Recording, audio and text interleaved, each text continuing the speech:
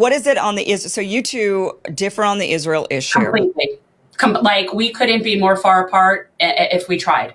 What is her stance?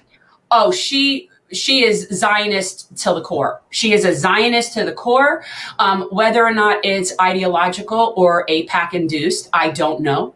And to be honest, I really don't care why. But I can probably surmise that she and I were raised pretty similarly on that. We're both Ashkenazi Jews raised in the United States, and we were raised, and in general, in this country, to be very anti-Arab. We are raised to think that Arabs are lesser, less civilized, dirty, and want to kill us.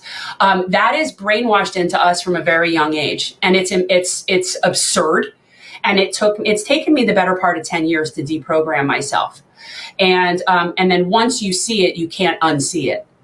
And so now I feel like this might be the hill that I die on. I have a lot of regret. I was used as a tool in ethnic cleansing when I was in Israel. I was there as a teenager. They take groups over there all the time on mass propaganda tours. I was there on a program called Alexander Muss High School in Israel.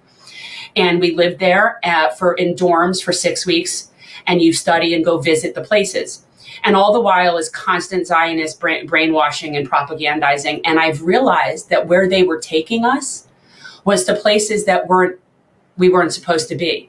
And we, of course, thought it was so cool because you're traveling with an armed guard and he's got this big machine gun and we're in high school and oh, how cool, we have our own armed guard. But you really have to wonder who uses human shields when you're sending teenagers somewhere where you think they need an assault rifle to protect them. So clearly we were places we weren't supposed to be. And I also know that they have us planting trees in parts of East Jerusalem. Well, now it might not be that, but that was where we were planting. And now I know what I was doing. And at the time I had no idea what I was doing. So I have a lot of like a personal atonement in my part in ethnic cleansing, but that's why this will be the hill that I now have to die on.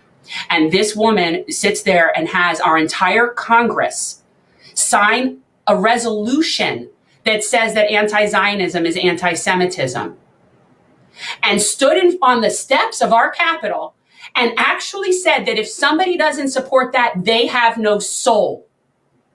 Now, personally, I believe that if anybody is an expert on the soul list, it is Debbie Wasserman Schultz. So, kudos to her on knowing that.